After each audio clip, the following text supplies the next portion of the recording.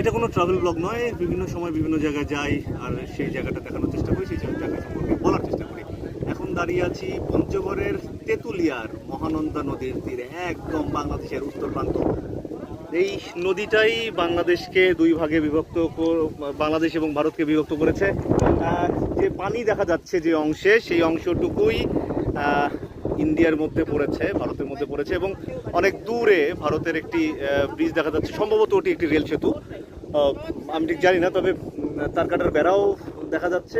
যদি একটু মনোযোগ দিয়ে দেখা যায়, এখান থেকে মোবাইলে আসলে বোঝানো যাবে না। তো এই জায়গাটা মহানন্দা যখন বর্ষাকাল থাকে, যখন আরেকটু পানি থাকে, তখন অনেক বেশি সুন্দর লাগে। আর শীতকালে বিশেষ করে যখন কুয়াশাচ্ছন্ন থাকে, এখান থেকে কাঞ্চনজঙ্ঘা দেখা যায়। তো সবাই ওই সময় বেড়াতে আসে। এখন একদম চৈত্র মাস, বসন্তকাল, তো সেজন্য কিছুটা একটু অস্বস্তিকর পরিবেশ, কিন্তু তারপরও জায়গাটা ভালো।